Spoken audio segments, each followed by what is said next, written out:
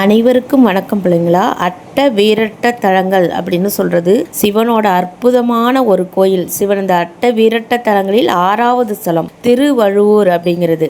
இந்த தலத்தோட சிறப்புகளை ஃபஸ்ட்டு நம்ம தெரிஞ்சுக்கிட்டு அடுத்தது இந்த தலத்தை போய் பார்ப்போம். இங்கே 16 வகையான சிறப்பு மகிமைகள் இந்த கோயிலில் மட்டுமே இருக்குது. ஃபஸ்ட்டு பார்த்தீங்கன்னா இது வீரட்ட தலம் அப்படிங்கிறது.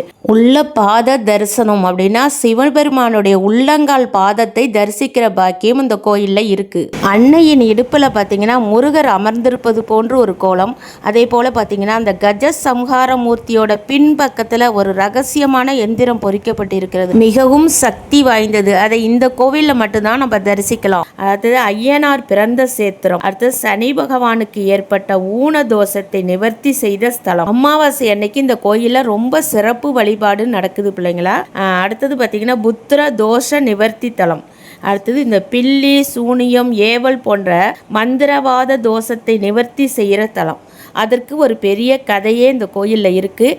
அதை ஓவியங்களோடு நான் உங்களுக்கு அந்த கதையை நான் காட்டுறேன். இங்கு சிறப்பாக சந்தான பரமேஸ்வர யாகம் நம்ம காட்டினோம் இல்லையா, அந்த எந்திரத்துக்கு சந்தனத்தை கொண்டு குழந்தை பாக்கியத்திற்காக செய்யப்படுகிறது. மேலும் அது மூலியமாக நமக்கு திருமண தடை, உத்தியோக தடை, புத்திர பாக்கிய தடை, வியாபார தடை, கணவன் மனைவி பிரச்சனை நிவர்த்தி ஆகும்.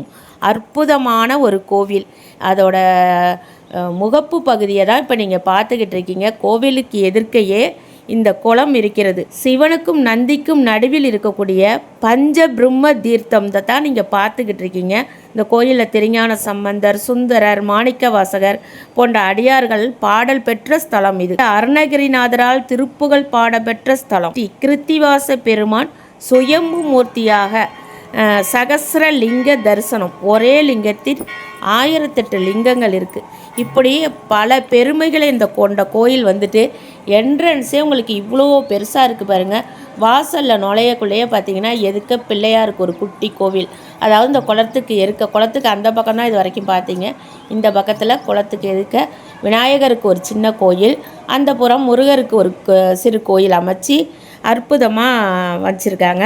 குத்தாலம் தாலுக்கா வழுவூர் அப்படின்னு சொல்கிறது. மயிலாடுதுறையிலேருந்து திருவாரூர் போகிற பாதையில் வழுவூர் அப்படின்னு சொல்லி இறங்கினீங்கன்னா அந்த மெயின் ரோட்லேருந்து 1 கிலோமீட்டர் தூரத்தில் இந்த கோயில் இருக்குது பிள்ளைங்களா.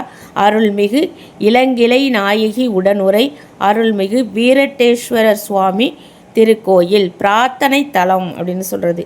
ஆதி காலத்தில் பார்த்தீங்கன்னாக்கா பிரம்மாவால் சிருஷ்டிக்கப்பட்ட 48,000 முனிவர்கள் பூலோகத்தில் தவம் செய்து மோட்சத்தை அடைய வேண்டும் என்று எண்ணி பிரம்மாவிடம் கேட்கிறார்கள்.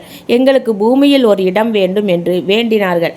உடனே பிரம்மா தர்ப்பையால் ஒரு வளையத்தை செய்து பூமியில் வீசுகிறார். அது எங்கு விழுதோ அந்த இடத்துல சென்று நீங்கள் தவம் இருக்கலாம் என்று. அப்படி வீசப்பட்ட தர்பை வளையம் தாரகாவனத்தில் விழுந்தது. முனிவர்களும் தவம் செய்ய முற்பட்டார்கள். தவம் என்றால் வேத மந்திரங்களும் சிவபெருமானுடைய பஞ்சாட்சர மகா மந்திரங்களை அதிகமாக உச்சரித்து உலக நன்மைக்காக செய்ய வேண்டியது. ஆனால் அதற்கு மாறாக இந்த முனிவர்கள் என்ன செய்தார்கள்? உலகத்தோட மந்திர சக்தியை விட மந்திரவாத சக்திக்கு தான் வலிமை அதிகம் என்றும், அதனால் அதை நாம் தெரிந்து கொண்டு செய்தால் உலகத்தை நாம் வசியம் செய்து உலகத்தை ஆண்டு விடலாம் என்றும் எண்ணி தீய வழிகளில் செல்ல ஆரம்பித்து விட்டார்கள். அவ்வாறு செல்ல செல்ல பூமியில் மனிதர்களை துன்புறுத்துவதும் தேவலோகத்து தேவர்களை அச்சுறுத்துவதுமாக செயல்பட்டார்கள் இந்த 48,000 முனிவர்களும்.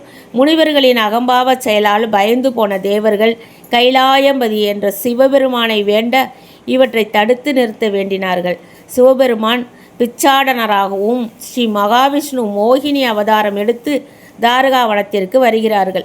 அப்பொழுது தாரகாவனத்தில் முனிவர்கள் நிறைய மந்திரவாத செயல்களை செய்து கொண்டுள்ளார்கள்.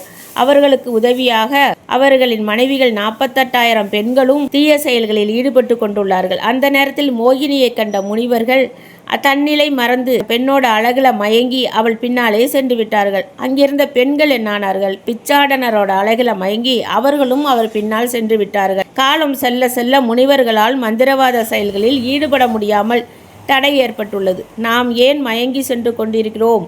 நம்மை மயக்கி அழைத்து செல்வது யார் என்று பார்க்கிறார்கள்.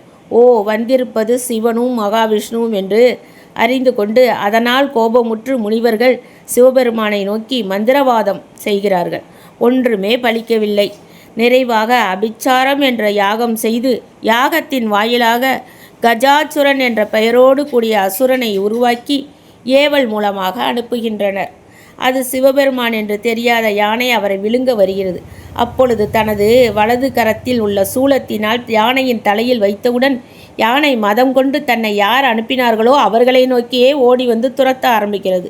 இதுதான் அப்போ சொல்லுவாங்க இல்லையா, அவங்க வச்ச மந்திரம் அவங்களே திருப்பி அடிக்கும். சில கோயில்களுக்கு நம்ம செல்லக்குள்ள நமக்கு வச்ச மந்திரம் வந்து அவங்களையே போய் திருப்பி அடிக்கும் அப்படின்னு சொல்லுவாங்க. அதுக்காக தான் அப்படி சொல்லியிருக்காங்க. எல்லாம் பயந்துட்டாங்க, இப்படி திரும்பி நம்மளே தாக்க வருதே, என்ன செய்யறது அப்படின்னு தெரியாம அந்த சிவபெருமானிடமே சரணடைகிறாங்க. வந்து இறை சக்தியே வலிமையானது, மந்திரவாதம் எல்லாம் சிவபெருமானிடம் பலிக்காது என்று உணர்ந்து சரணாகதி அடைந்து மன்னித்து கேட்குறாங்க. வேண்டிக்கிட்டு ஐயா எங்களை வந்து காப்பாத்துங்க அப்படின்னு சரணாகதி அடைஞ்சோன்னா நம்ம சிவன் வந்து இறக்க குணம் கொண்டவர் இல்லையா. ஞான மார்க்கமாக செய்ய வேண்டிய மந்திரங்களை உபதேசிக்க வேண்டியவர்கள் அதே நேரத்தில் யானைக்கு மோட்சமும் அளிக்க வேண்டும் என்று சிவன் முடிவு செய்து, அப்பொழுது சிவபெருமான் வந்து தன் சரீரத்தை சுருக்கி ஒரு குழந்தையாக உருவம் கொண்டு யானையின் வயிற்றுக்குள்ளே சென்று அமர்ந்தார்.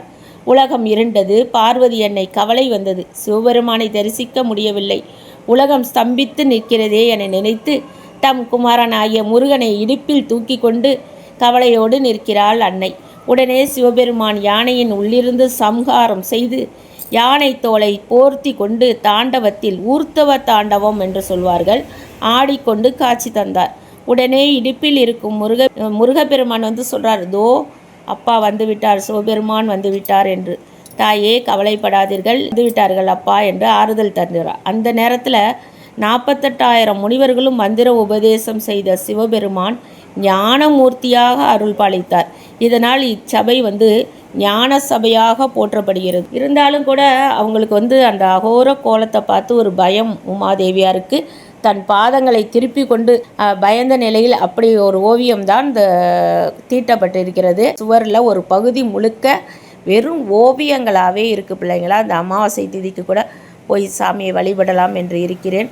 அன்றைய தினம் நீங்கள் விருப்பப்பட்டால் இந்த ஓவியங்களை மட்டும் கூட நான் தனியாக எடுத்து உங்களுக்கு காட்டுறேன். இது அட்ட வீரட்ட தலங்களில் சிவபெருமான் செய்த அந்த சம்ஹார காட்சிகளை இங்கு ஓவியமாக தீட்டி வைத்திருக்கிறார்கள். இந்த இடத்துக்கு எதிரில் தான் கஜ சம்ஹார மூர்த்தியும், அதற்கு இந்த புறம் எதிரில் சிவபெருமானும் காட்சி தருகிறார்கள். அதுபோல் இந்த கோயிலில் சிறப்பாக 63 நாயன்மார்கள், நாக பிரதிஷ்ட, ஜேஷ்டா தேவி அம்மன், மகாலட்சுமி தாயார் என்று இன்னும் நிறைய நல்ல விஷயங்கள் இருக்கிறது. அம்பாளுக்கென்று தனி சன்னிதானம், நுழைவு வாயில், இது வந்து கிணறு, தீர்த்த கிணறு.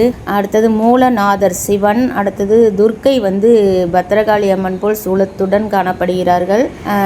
சண்டிகேஸ்வரர், முருகர் வந்து பாலசுப்பிரமணியராகவும் இருக்கிறார், வள்ளி தேவசானா முருகராகவும் இருக்கிறார். அடுத்ததாக நிறைய நாகர்களுக்கு நடுவில் பிரதிஷ்டை செய்யப்பட்டிருக்கிறார். ஜேஷ்டா தேவி என்று சொல்வது மிக பழமையான கோயிலில் தான் இந்த சிலை காணப்படும். மூத்த தேவி என்று சொல்வார்கள். மகாலட்சுமி தாயாருக்கு கருங்கல் சிற்பத்துடன் அழகான சுதை சிற்பமும் இருந்தது. இந்த கோயிலின் குருக்கள் ஐயா அந்த கோயில் பற்றி முழுமையாக கூறியிருக்கிறார்கள். நிறைய அதிசயங்கள் இந்த கோயிலில் இருக்கிறது. அடுத்தது முழுமையாக அடுத்த வீடியோவில் நம்ம பார்ப்போம்.